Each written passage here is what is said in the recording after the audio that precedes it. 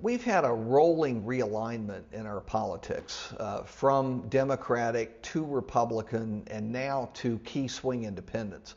The Democratic era, obviously, of the New Deal, which continued to a certain degree through the 1960s and even into the 1970s, disappeared as of 1980. And I think we started a Republican era in 1980 that began to fade out during the 1990s. Even with Bush's victory of a sort in 2000 and his narrow victory in 2004, we really ceased to have a Republican majority as of the 1990s.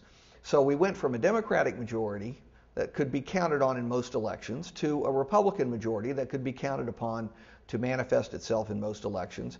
And now we're in an in-between era, not clearly moving Democratic, certainly not moving Republican, but dependent upon the 14 or 15% of the American public that is hard independent. These are the swing independents. They're the people who really have no discernible partisan identification. They don't even lean Democratic or lean Republican. They tend to rely heavily on information sources they trust, sometimes print media, sometimes TV media, sometimes blogs. They tend also to care a great deal about certain issues. They're issue-oriented rather than party-oriented. They pay close attention to the debates.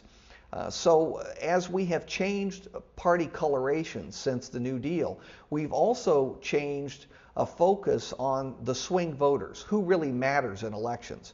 And now it's those suburbanites and ex-urbanites who tend to be relatively well educated, who tend to have relatively high incomes, who care about issues, domestic issues like transportation and education, but also foreign policy issues such as the war in Iraq.